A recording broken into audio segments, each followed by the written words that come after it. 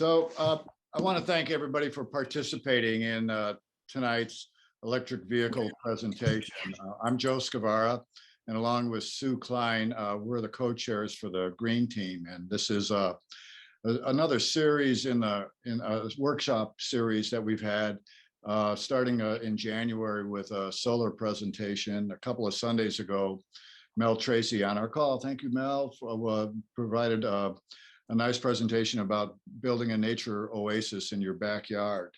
A couple of housekeeping things. We are recording this session, so it'll be available sometime soon. Don't know, can't tell you exactly when. We're going to probably have to do some editing, not only on our church website, but then maybe for everybody who's on the call too, just in case you want to A, view it again, or B, share it with any of your friends and families. We will be taking questions along the way. Beth and I are here at church, and if you could either use a chat, we'll keep an eye on that, or raise your hand to see who might have a question. That would be terrific. Along the way, we might check in with that and have people get on the call. I ask you everybody to mute yourself for now, and then should you have a question, unmute yourself to ask that question if it's not in the form of just a chat sort of email. So our presenters are tonight are all First Congregational Church of Western Springs church members. Stephen Baker will be our moderator as well as a presenter of a lot of information. And then Sue Klein, Kevin Teague, and Greg Vichik, all of whom have electric vehicles or electric hybrid vehicles. So I'm going to hand it over to Stephen right now for the presentation. Great. So thank you. Yeah, so you can see the title of this and our thesis. The title of this is "Why Would You Not Buy an EV at This Point?" Obviously, right now, lots of people are thinking about EVs. I saw some figure today that showed there's a 40% increase in interest in electric vehicles. We had to come up with this title before the current historical change in Ukraine, but we are going to answer this question. I do think right now, again, as I said, that there are lots of good reasons for a lot of people to buy EVs. But before we start doing that and hearing from all the people who've had experience in researching and buying an EV, I do want to review sort of everything we're going to talk about, which is what are the kinds of electrified vehicles. And I use that language deliberately because it's used in the industry and it really means several things. And so you hear lots of claims from companies saying they're going to have an all electrified fleet at a certain point in time. And so just want to be clear about what that means. We're going to talk about how they differ in these dimensions. When it gets time to research, I'll share a couple links that are helpful for identifying manufacturers, for example, who are still eligible for a federal tax credit. And then all of us will talk about our experiences and why we made the decisions we did and the process we went through to research and then select a vehicle.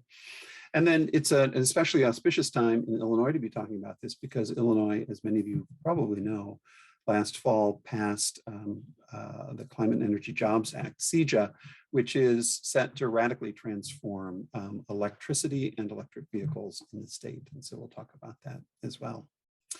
But even though I believe right now there are lots of good arguments for lots of people and an increasingly broad population of people who should be interested in electric vehicles, this was not always true. And so I just wanted to go back a little bit in time to do this. So it used to be that buying an EV required a particular set of priorities. You had to want to drive something that looked like this. This is an all-electric vehicle, which you may know, it's the GM EV1.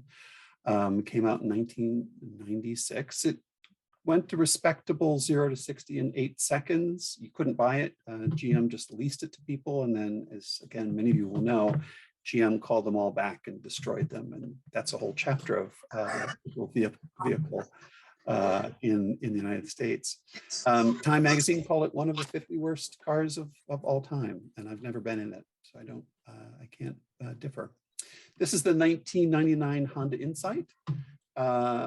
It has a 1-liter gas engine and an electric engine. So it's a hybrid vehicle. It goes 0 to 60 in 13.3 seconds.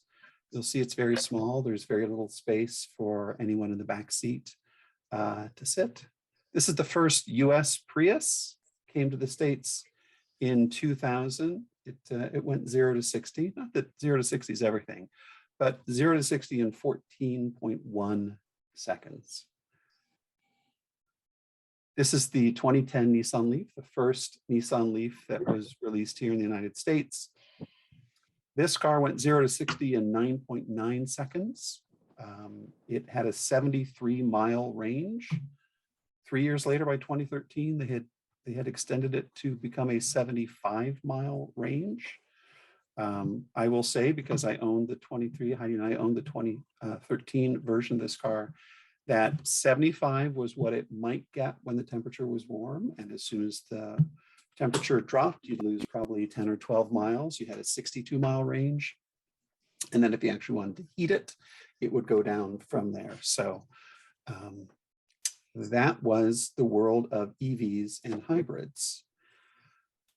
When Tesla released their Tesla Roadster in 2008, they did it in response to GM canceling the EV1 program. That was actually one of the motivations. You can see that this car does not look anything like those other cars. This car had a 244-mile range. It went 0 to 60. It goes 0 to 60 in 4 seconds. Mustang GT at the time would go 0 to 60 in 5.9. And it was also $98,000. Everyone has an opinion about Elon Musk, I'm guessing, but I don't have any doubt that he'll be the most important figure in automobiles in the 21st century and perhaps beyond. And this is both, I think, because what he's done and because of who he is. And when I say what he's done, he gets tremendous credit for creating the electric vehicle market in the United States. He built an entire charging network that allowed people not only to buy the vehicle, but to be able to take it on trips, but also because of his politics. And I say that because in this very divided time, Elon Musk builds cars that appeal to a lot of liberals, and he has a personality and sort of worldview that appeals to a lot of non-liberals. And so he can sort of appeal to both sides. In any case, I don't know how many of you know this, but Elon Musk wanted to name his vehicles in a very particular way. So as I mentioned, he released the Roadster first, and there'll be a next version of the Roadster coming out in a couple years. The Model S was the next car that he released. And then he released the Model X later. That was sort of a larger SUV. He released the Model 3 next. He wanted to call it the Model E, but Ford had that mark, and Ford did not allow him to use it. They wouldn't allow him to buy it off it or use it. And then he released the Model Y vehicle. Tesla's building a Semi that should be released in the next year or so. They're building a Cybertruck. Now they've sort of finished their plant down in Austin. They'll start producing the Cybertruck. And they have an electric ATV, and you can buy a mini child's version of the ATV right now. So I think this is both, sort of funny and childish and whatever that he named his cars this way, but it is absolutely true to what he was trying to do. He was trying to make electric vehicles interesting. I think there's no doubt that he has done that.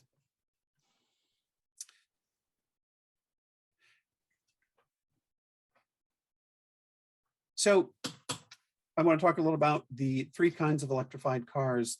From my perspective, the future of electrified cars are true battery electric vehicles, or BEVs. And some of the cars we're talking about today will be BEVs.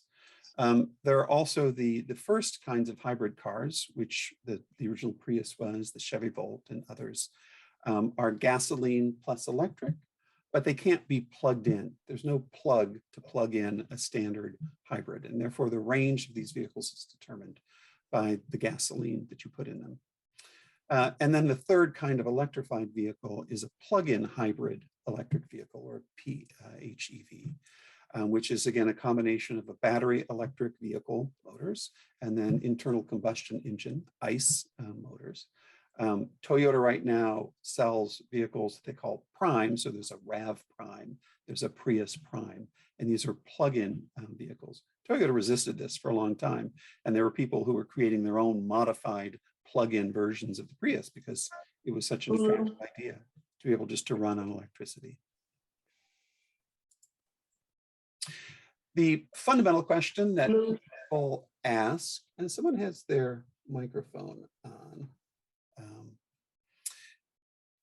is whether you can use a battery electric vehicle for a range, for a particular trip. As I mentioned, the range is determined on other kinds of vehicles by gasoline stations, different kinds of hybrids. And so the first thing, of course, is that the battery electric vehicles, BEVs, have batteries in them. And these batteries vary tremendously in size. And so one of the things just to know is that there's a huge variation in the battery size for vehicles. There may be a smaller battery out there somewhere for a pure electric car than the Mini SE EV at 32 kilowatt hours, but I don't think so. And it wouldn't be much smaller than that. There are smaller batteries that are part of hybrid systems. But as you can see, instead of having a gasoline tank size, 18 gallons, 13 gallons, 15 gallons, you've got capacity measured in kilowatt hours. When I was first learning about kilowatt hours, the easiest way for me to envision this was to imagine 10 100-watt bulbs running for an hour, shining for an hour, or a 1,000-watt hair dryer on for an hour. That's a kilowatt hour of power. Tesla Model S's early on had numbers attached to them. So you might see an S60 or an S75 or a P90 or 100. Those are roughly measures of the battery capacity. So when you see a Tesla with those numbers, that's roughly what that battery size is. So obviously, whether you can make it from point A to point B in a battery electric vehicle depends in part upon the battery size. Now, I will say there is a difference between battery size and usable battery. And one of the things that Tesla has done very, very well, because they've been at it for a long time and they've devoted a lot of resources, is figuring out how to charge and discharge effectively without degrading the battery, how to charge at speeds that don't degrade the battery, that is to taper off at the right point when you're filling a battery, and understanding how much you can discharge the battery without damaging the battery. And all car companies are getting better at figuring out how to properly charge and discharge these batteries. And so typically, when a car manufacturer starts building EVs, and there are more and more of them who've done this in the last few years, their battery capacity and usable battery is as low as it will ever be.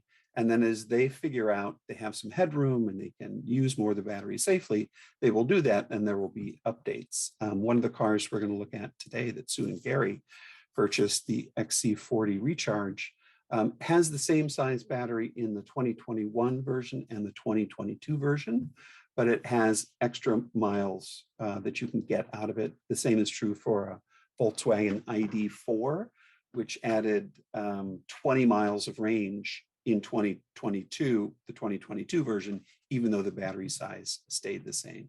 So there's battery capacity and then there's usable battery capacity.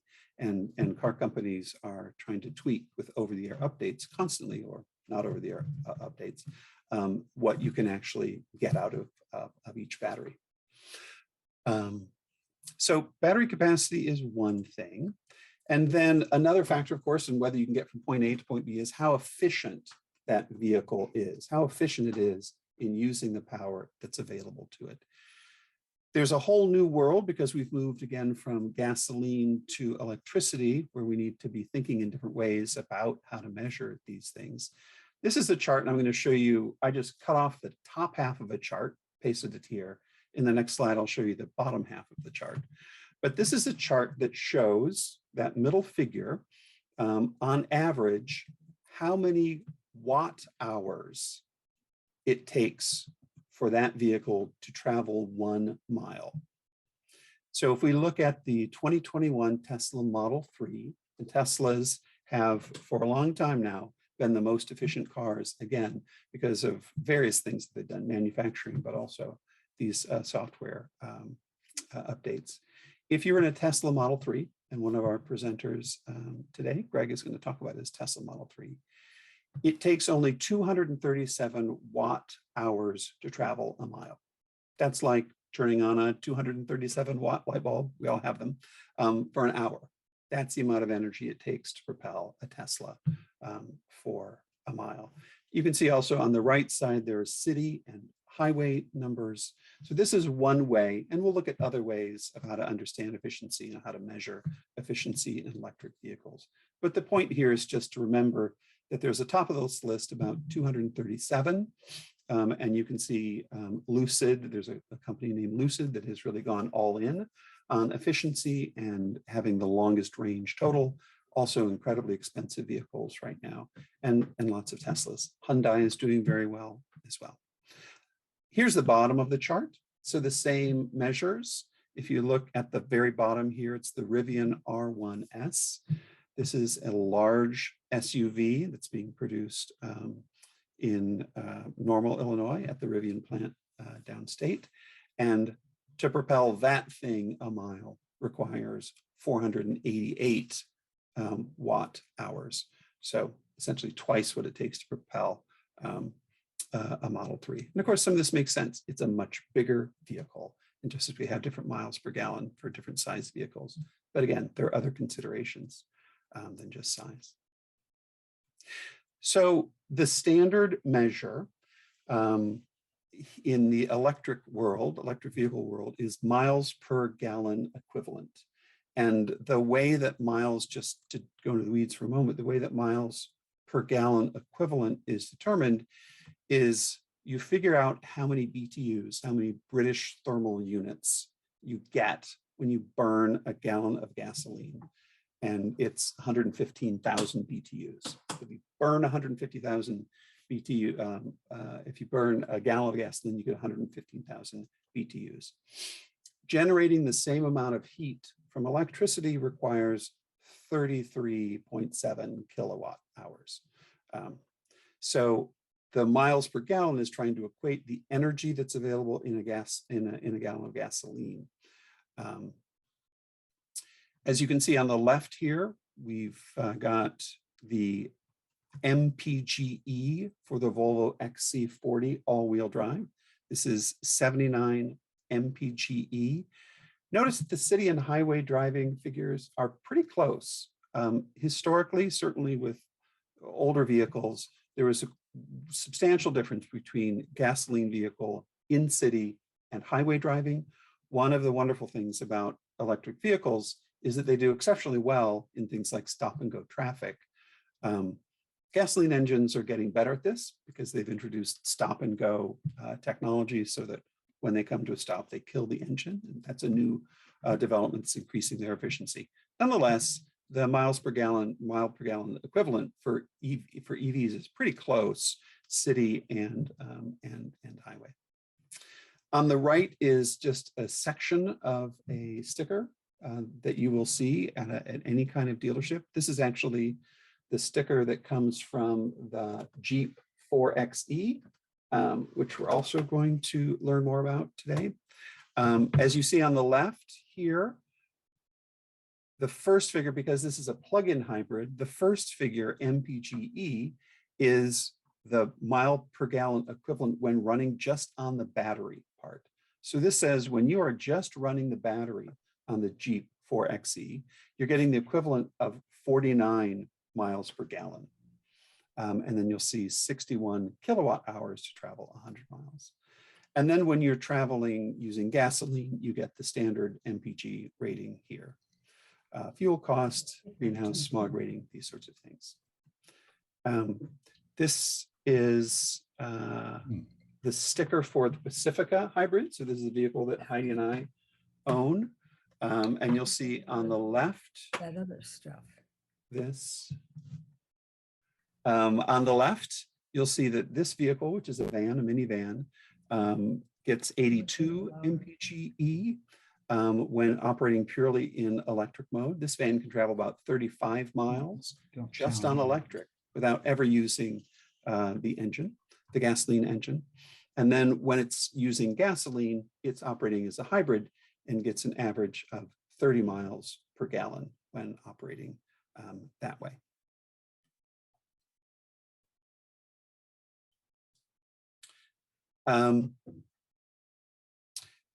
How far you can go on a trip depends upon charging availability. I just took a quick snapshot of something from the PlugShare app. There's several apps.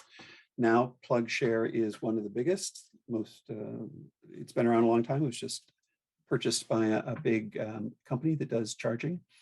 So this is the map of Western Springs. You can see we have a charger downtown, down on LaGrange. You'll see there's a bunch of chargers down there. If you were to click on this live, you'd be able to see what kind of chargers. The one here in the center by Whole Foods Market is actually one that's being constructed. That's why that is there. But how far you can go depends upon how near charging and chargers are. I don't know how many of you know the story of Electrify America. Does anyone know the story of Electrify America? Electrify America is the corporation that was set up by VW after they were caught in the most blatant cheating of their diesel and gasoline vehicles. They essentially had programmed their vehicles to notice when they were being tested for pollution by things like whether the car was actually moving, because these tests happen when you're on rollers and you're in place. And so they just programmed the computer in their vehicles to know when the vehicle was operating at speed but not moving. It would put in place all kinds of pollution reduction measures. And when it wasn't, it was polluting like mad. Well, they got caught. And one of the things that happened as part of the settlement is that they agreed to set up something called Electrify America, which is setting up one of the largest now charging networks in the United States. And Electrify America is setting up high-speed chargers, and they're trying to create specific corridors. They're being intentional about creating corridors that go across the United States. Their goal is to have 4 distinct corridors and eventually add one up top. To have multiple corridors so that you can travel coast to coast and be able to find fast chargers. If you can see this, it's pretty small here at the bottom, but this is from the other day. They currently have 731 stations operating, 98 coming soon. And then down here, there's different types of chargers. We're not going to talk a lot about charger types. Although there are differences. There are also adapters, and the electric vehicle industry is moving toward having fewer kinds of adapters. We're likely to see one of the major early ones disappear here pretty soon.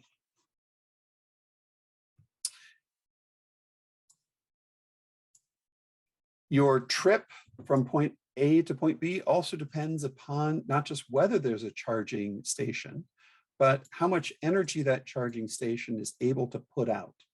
And there's a kind of misleading 3-level way of talking about charging. The first 2 parts aren't misleading.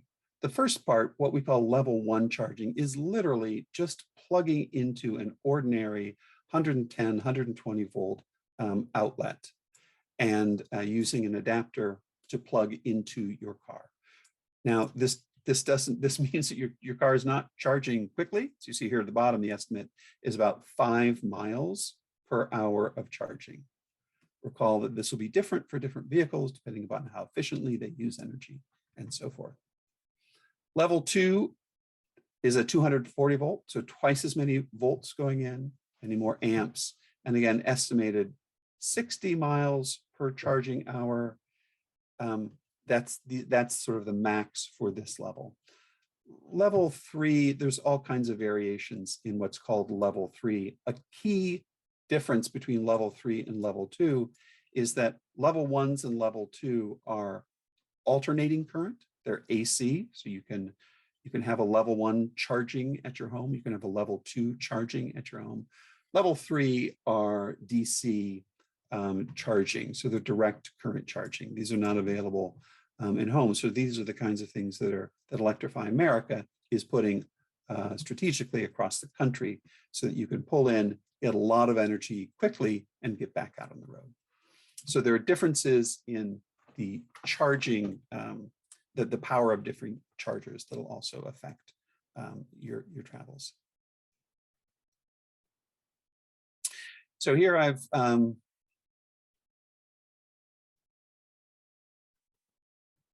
here we're just sort of summarizing the things we've been mentioning. So determining vehicle range over time is determined by the initial battery size that you have for the vehicle, the average efficiency of that vehicle, the efficiency of the driving mode. So there are electric vehicles that are all-wheel drive. There are electric vehicles that are only front-wheel drive, that are only rear-wheel drive. Some have 2 motors, some have 4, some have 3. And you can change the driving modes to be more or less aggressive.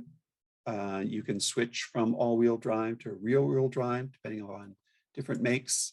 And so you can change your efficiency in changing the mode that your car is in.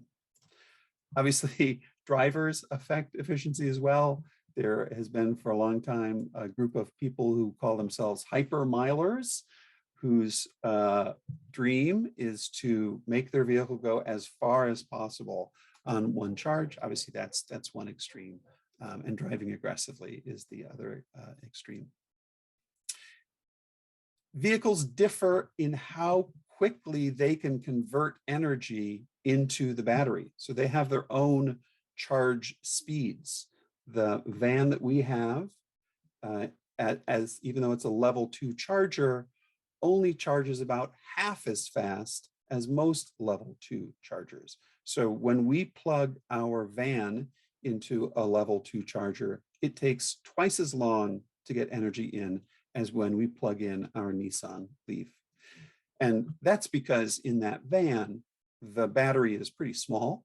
And so you don't want to throw a whole lot of electricity at it pretty quickly. It'll degrade the battery. And so there's also differences in the vehicles themselves and how quickly they can allow charge to come in. And then, as I mentioned, there's different in charge speeds. So you can see that the top of this from 1 kilowatt hour, which is just your level 1, level 3 chargers start at about 50 kilowatt hours and go up to 350 kilowatt hours right now. Teslas charge at about between 72 and 250 kilowatts. Each vehicle has a different ability to charge, and they're different chargers. So it's an interaction between the charger, what it can produce, and what the vehicle can accept and how quickly.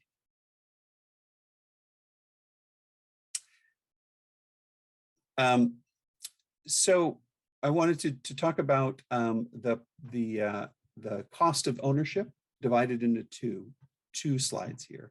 So the first is the purchase cost of ownership.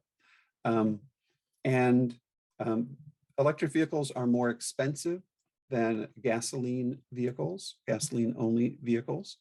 We're still at a point in the industry where car makers haven't built electric cars from the ground up in some instances. Tesla obviously always has. But if you are a kind of legacy car manufacturer and you wanted to start producing electric cars, it was very easy to take an existing body and put in an electric powertrain instead of the expected gasoline powertrain. And so we're seeing a lot of these vehicles now in this sort of transition as we're moving toward ground up designed electric vehicles. So again, one of the vehicles that that we'll talk about today is the XC40. And you can see here, there is a gasoline version of the XC40. And I just took the lowest price MSRP. And then there is the XC40, which is essentially the same vehicle, but the XC40 Recharge, which is an all battery electric vehicle. You can see the difference in price there. Similarly, you can buy a gasoline Pacifica. This is the lowest MSRP there, and a Pacifica Hybrid. You can see a smaller delta between the Pacifica and the Pacifica Hybrid. So purchase price is obviously the most important and largest consideration in cost of ownership. There are federal tax credits, but this is a bit complicated because federal tax credits are given based upon how many vehicles a manufacturer or a make has sold. And once that company has reached 200,000 vehicles, they are no longer eligible. I should say purchasers of those vehicles are no longer eligible for a $7,500 tax credit. And so Tesla was the first to reach that. You haven't been able to get a federal tax credit after buying a Tesla for many years. I think Greg may have been, I think when Greg, you were buying yours, you were probably pretty close to the end of Tesla being able to do that. Is that right? Did you sneak under the wire? I did. So there was a gross cost and then there was a net cost. And fortunately, I took advantage of the $7,500 tax credit. So that worked in my favor. That's 3.5 years ago. Yeah. So just about the time the Model 3 was coming out, Tesla was about to burn through their 200,000 vehicle. GM has been building hybrids that qualify for a long time. So if you buy a GM, you also can't get this. Now, Heidi and I and the boys went to the auto show. And one of the things that companies that have not been producing electric vehicles are doing is trying to create partnerships to build electric vehicles. And Toyota, as you'll see in this third bullet point, there's several companies that are getting close to their 200,000 limit, which means that the credit won't be available to them as well. Toyota is also partnering with Subaru to build a vehicle that's badged as a Toyota and badged as a Subaru. It is essentially the identical vehicle. Subaru is an all-wheel drive version, the Toyota isn't. But because of the oddities of this, the way that we provide federal tax credits right now, if you buy the Subaru, you're guaranteed to be eligible for that federal rebate. If you buy essentially the identical Toyota, unless you did it in the next 5 minutes and something available, you won't. So we're not going to talk about Build Back Better or whatever they're trying to rebrand Build Back Better to be now that Build Back Better has gone away. But one of the things that people are interested in doing in some version of federal funding, the next version of federal funding, is to try to make all companies again eligible for these $7,500 rebates and even to expand it. But there's no reason to speculate on that. We all know if we followed it even slightly in the news, we know that there are all kinds of complications in getting legislation done around that. This link down here will list every car that's eligible. Fueleconomy.gov will list every car that's eligible for a federal tax credit. Now, this says federal tax credits of up to $7,500 because you have to have a minimum battery size to be eligible for the $7,500. And some vehicles that have smaller batteries are eligible for less, 6,200 or 4,300 or other things. So you can go to that website or simply search for what cars are eligible for the EV rebate, and you can see absolutely where each one is currently in its eligibility. The last bullet point there is about the Illinois state tax credits, which are going to start July 1st. Again, I mentioned CEJA, which passed in the fall, and which we'll talk about in a little more detail. But that's another consideration in the initial cost of purchase.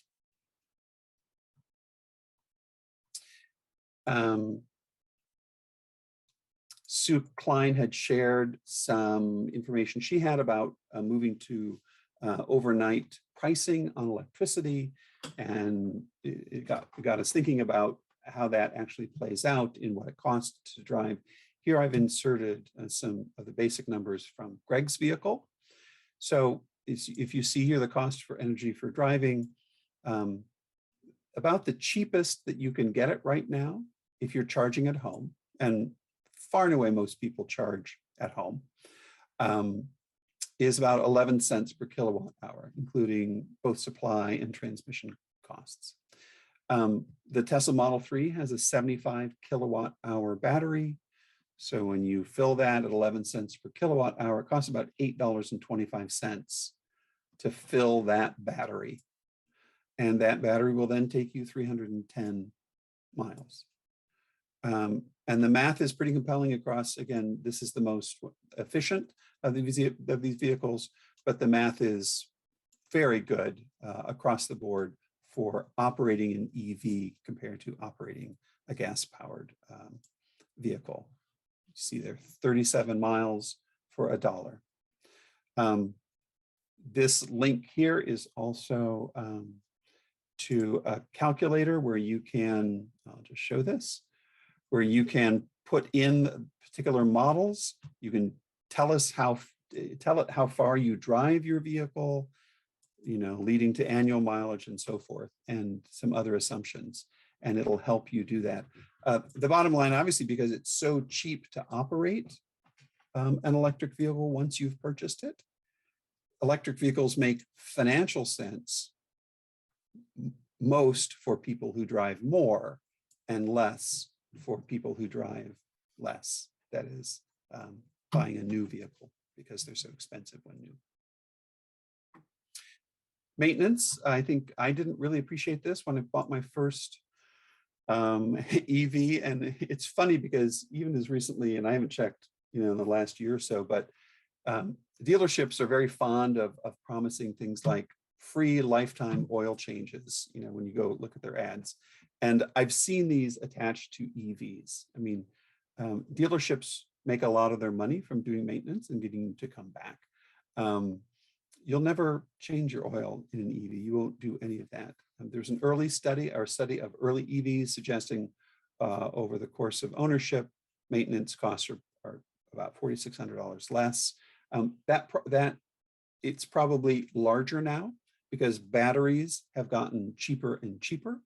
And so replacing batteries is less expensive now than it used to be. And that's an important big part of repairs if you have to make them. And then resale value. Historically, EVs have depreciated faster than vehicles. The stuff that I've read suggests this is partly because they're expensive vehicles and so there's more to lose early on. I wonder at what point whether this will not be true at some point. My sense is that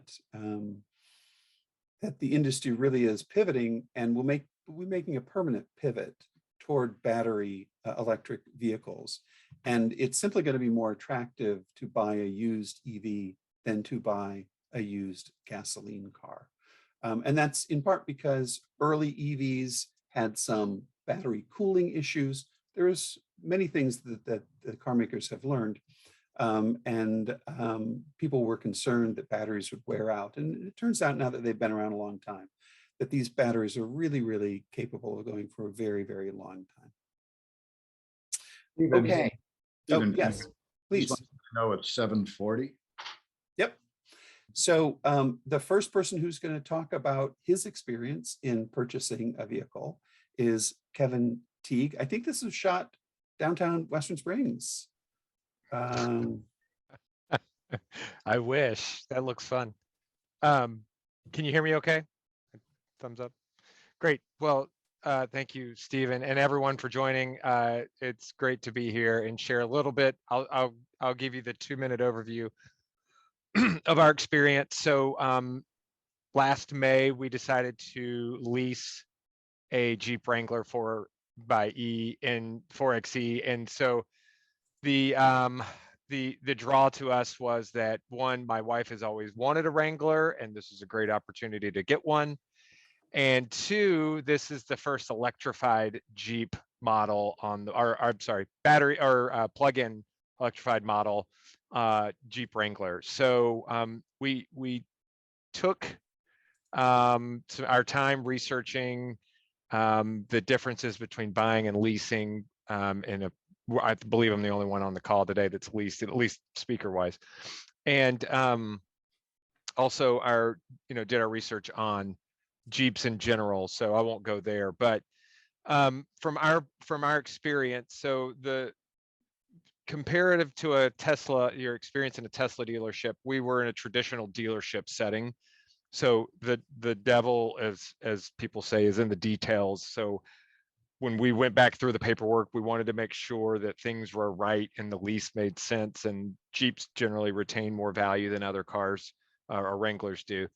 But the tax credit came up as a point of discussion, and in the lease scenario versus the buy scenario, the tax credit is filed, and I'm probably butchering the way this is done, but filed by the manufacturer or the car dealership, and we recognize it immediately on the lease amount at the dealership. So it's slightly different process than filing it with your taxes.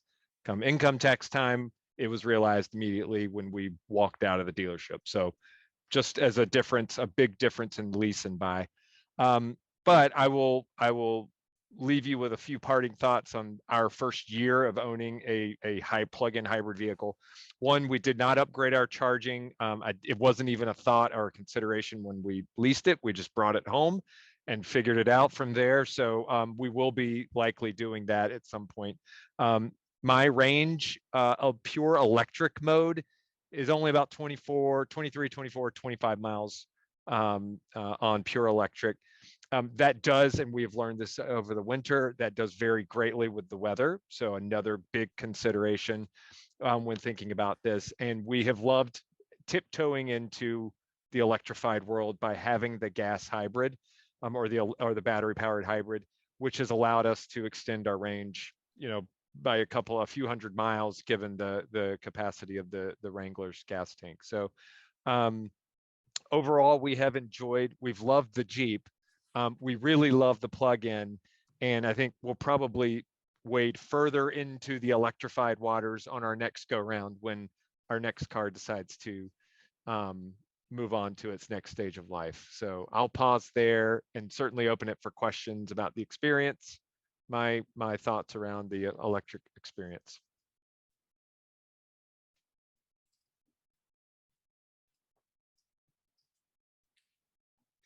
I will add quickly that one of the advantages of the lease and tax arrangement that Kevin noted is that if you don't owe $7,500 in federal taxes, you can't get more back. I think so that can be a way that you can get the full value of the $7,500 if your income wouldn't otherwise allow you to claim the full $7,500. Good point. Should we see the next car? Sure. Well, I wanted to put Sue and Gary on a mountain as well, since Kevin got there. So this is their XC40 Recharge. Thank you. Well, our journey began when we had our first grandchild, and I was told no more little two-door sports car. We need to haul luggage and car seats and such. So looking at four-door small SUVs, because I have a one-car garage, and we've had a previous wonderful experience with the small Volvo. I was always stopping at the dealer and sort of fell in love with this car. Mine's a beautiful blue, and it has where the plug-in part works perfectly in our garage where our electric is. We are able to take advantage of the $7,500 rebate. They include the upgraded charger for your garage and the cost of the car. We have a loyalty discount for owning a second Volvo. What else? We got a very good amount of money for my car. I didn't trade it in, I sold it through CarMax, but it brought the price way down. And we've had nothing but good experiences with it. I've never run out of battery. I charge it every 3 days, maybe every 3 or 4 days. You charge it up to 90% and it only goes down a few percent with running errands. It is reasonable for us to have this because we have a second car. So if we were going to do a longer trip or something, we would take Gary's car. So it works out very well as a second car. Yeah, and I would add to that, initially we were looking for a somewhat bigger, maybe the XC60, which was a hybrid at the time, and that would allow us to take cross-country trips. But as Sue mentioned, because we had another gasoline car, we didn't worry too much about that. And frankly, we didn't do the analysis in any detail, right? We knew that it was eligible for the $7,500 rebate, which took that delta between gas and all electric about in half, and a back of the envelope calculation would suggest that it will save more than the difference over the life of the car in gas and maintenance. And I know there's other factors like insurance and so on, but we kind of started with the car we liked, and we liked the notion of electric with more so than a refined calculation of dollars and cents, and we've been happy with it, as Sue has suggested. And we looked at the BMW and the Audi, right? And I spent like 6 months looking at plug-in hybrids because I really felt like I was going to have range anxiety and I was going to need a gas engine. And then I watched an ABCs of EVs webinar, and they kept saying, why would you maintain an engine and get emission testing and do all this if you don't need to do that at all and just have an electric vehicle? And then I was kind of convinced. So that's what kind of pushed me over the edge. And we knew our driving habits were such that we would never bump up against the range, right? Mm-hmm. So and it hasn't been a problem. Any questions? Yeah, any questions?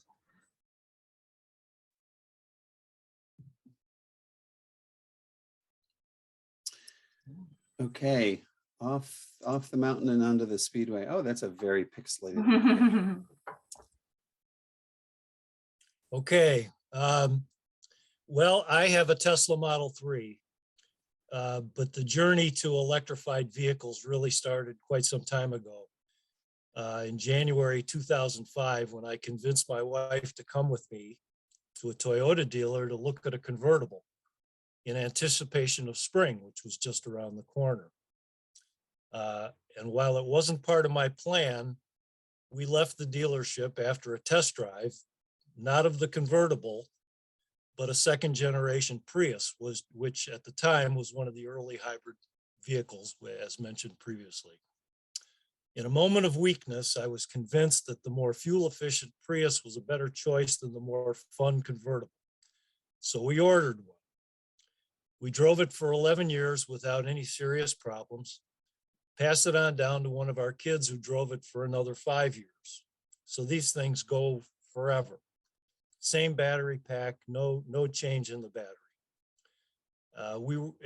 And at that time, we started looking at fully electric vehicles and test drove the Nissan Leaf and the IBM or the BMW i3.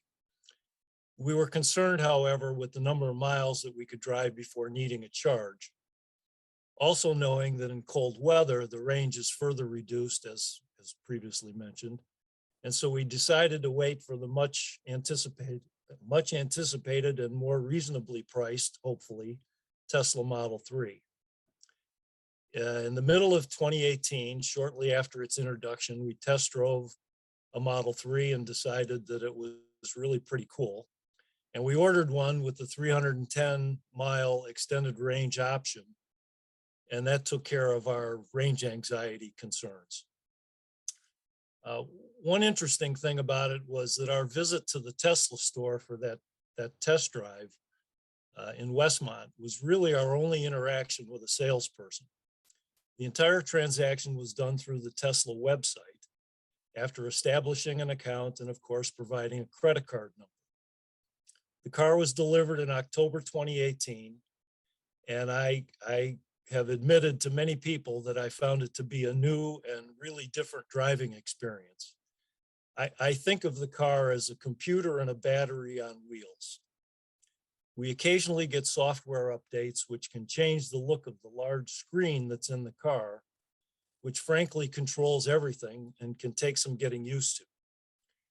Also, your smartphone and/or a credit card-like device are your keys to access and drive the car.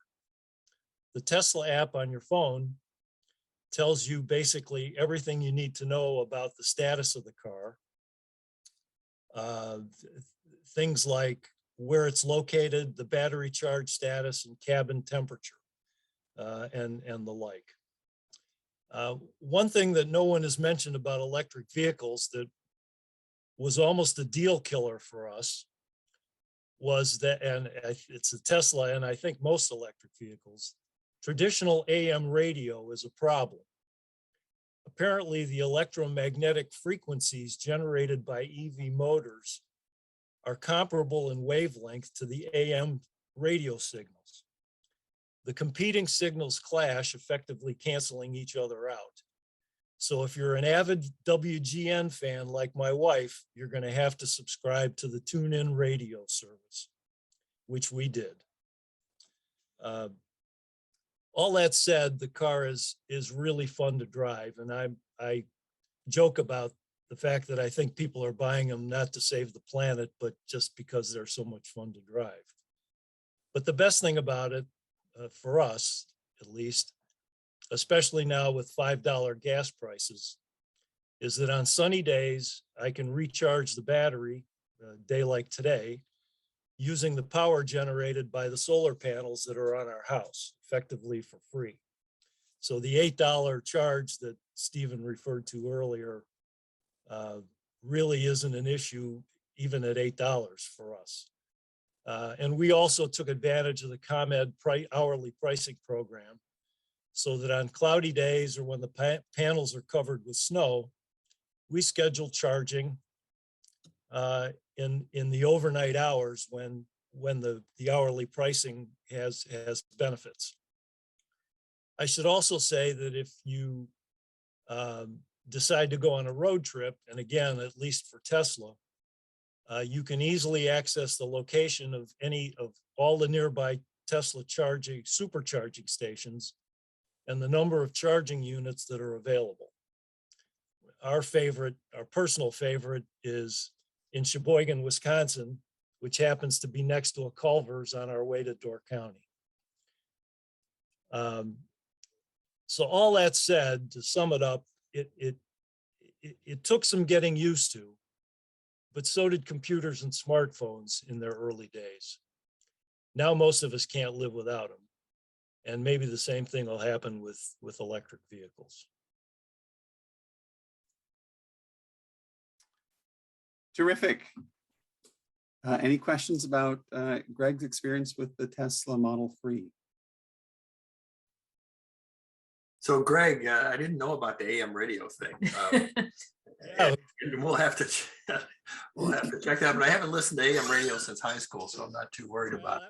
But also just in high school, I was a car guy, right? And you know, we were into fast cars, and the 0 to 60 performance of these cars is phenomenal. Unless you want to. I don't know how to get on.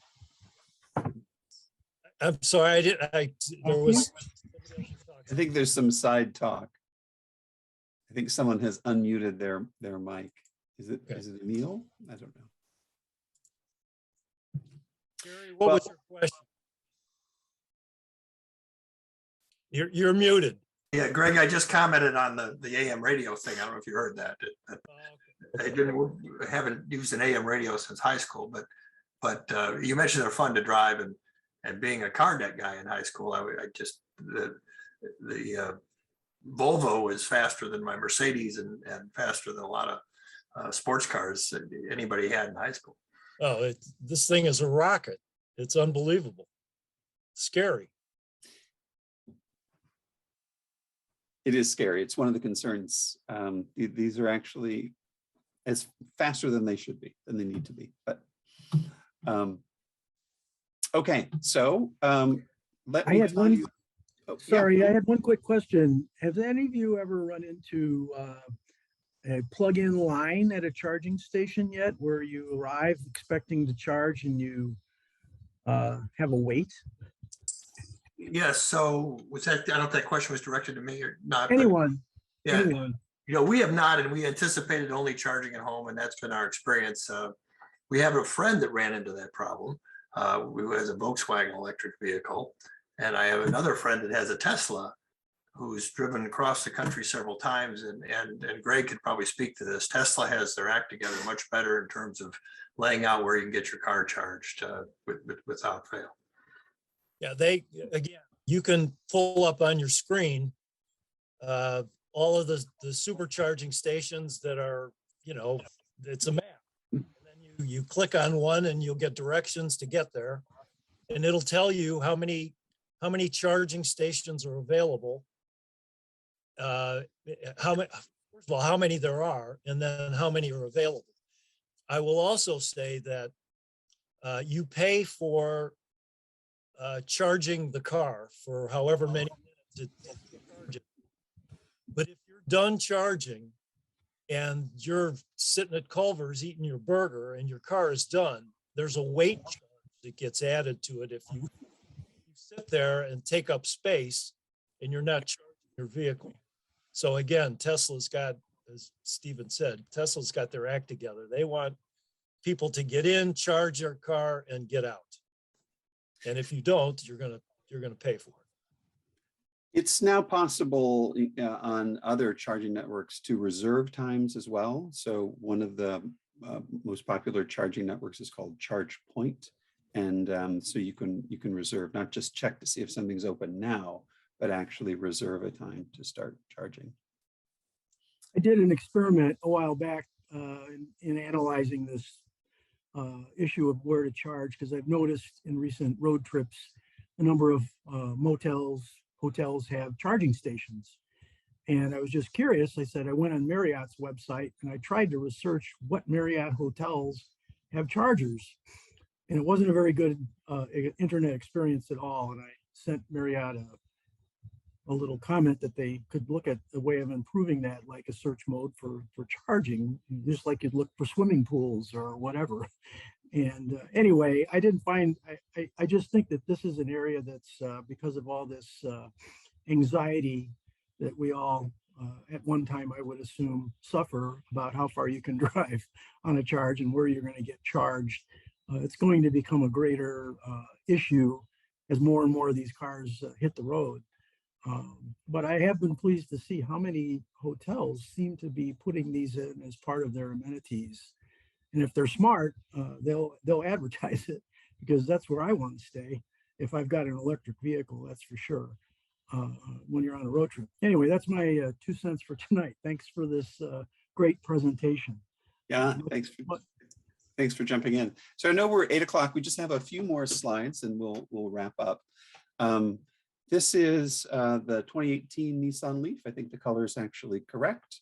This replaced a 2013 Nissan Leaf. This has 150 miles of range. As I mentioned, the other vehicle had less than half of that. And we bought this vehicle because we so this is what we also drive, the Pacifica hybrid, also known as the Hauler or the Death Star. We had it, blacked out.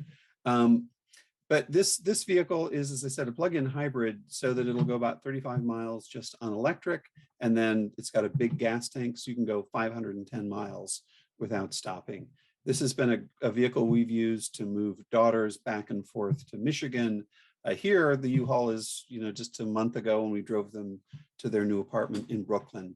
The dog goes in the back. This is really the thing that we drive to the cabin up in the north. And it's just very much a utility vehicle. I think of it like, I think of seeing on the highway a big RV dragging another car behind on a trailer, because when we drive to the cabin and we park it there, we have a charger there. And on 35 miles, we just simply, it's just a little electric car that's sort of going around into town and around. And on these occasional long trips, we don't worry about it at all. We just drive. So we definitely think about the cars in tandem, just as others have talked about, as Gary and Sue talked about. You know, you can get one car because you know you have another one that's gonna do things. As we wrap up, let me just say a little bit about the next decade here in Illinois and beyond. There's far too much to actually fit in these slides, but some key things here. Illinois has set a goal, an ambitious goal, of 1 million EVs by 2030 on the road. And as part of that, they are introducing state rebates. These have existed in some other states, California for a long time and others, but beginning July 1st, on a new or used EV, and this is a bit of a twist as well, you can get a $4,000 rebate. I don't know the mechanism yet.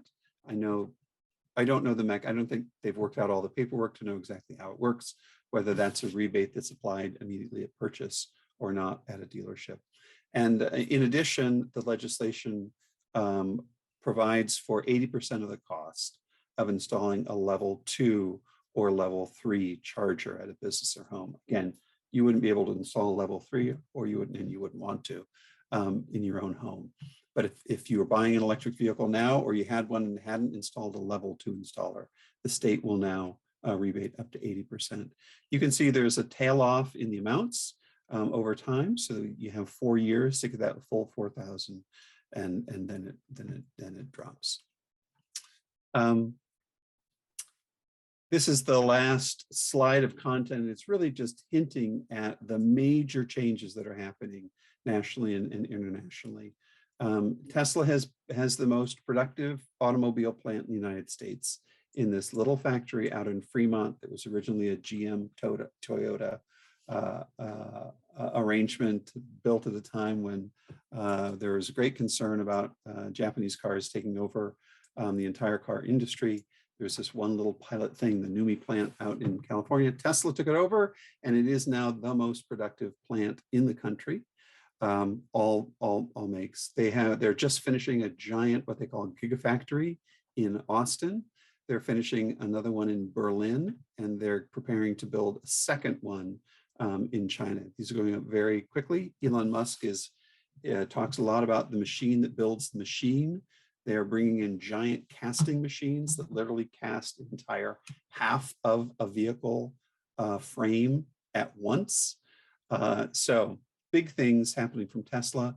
Obviously, there are issues about getting minerals and materials and things. So these are real constraints that are limiting the production of vehicles.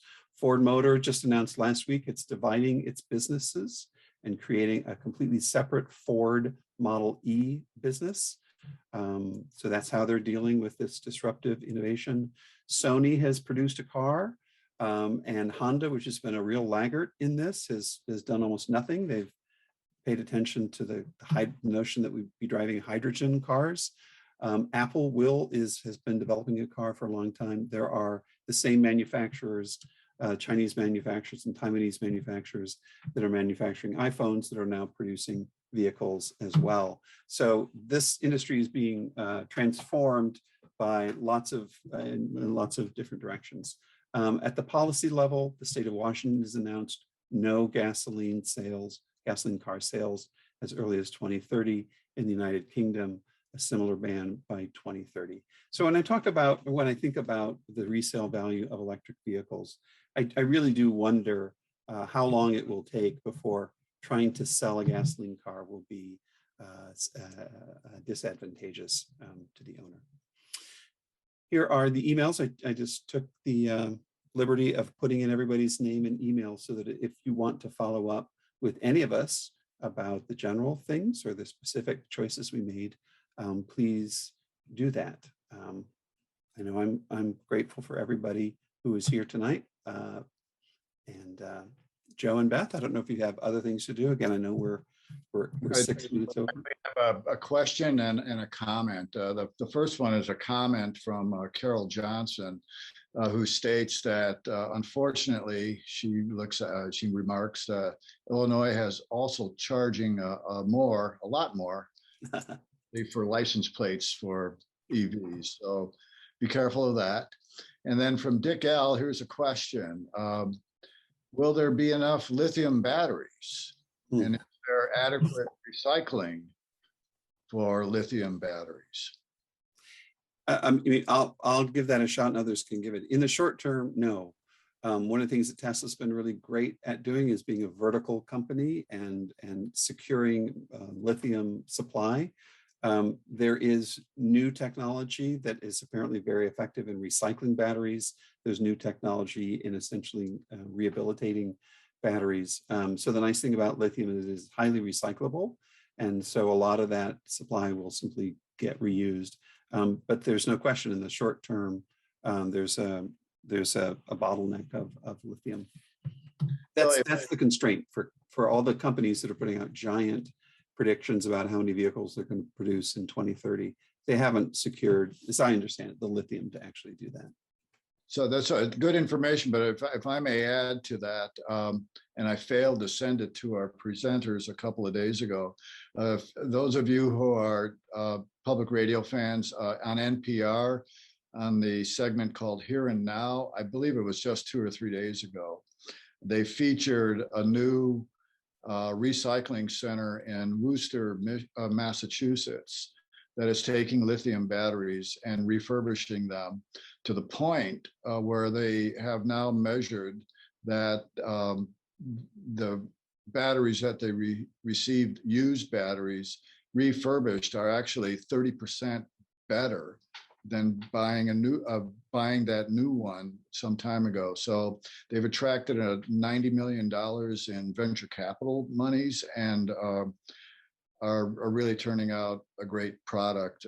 So, maybe that's on the move. I invite you, if you are NPR fans and you have the app, to go listen to a Here and Now segment that was a couple of 3 days ago.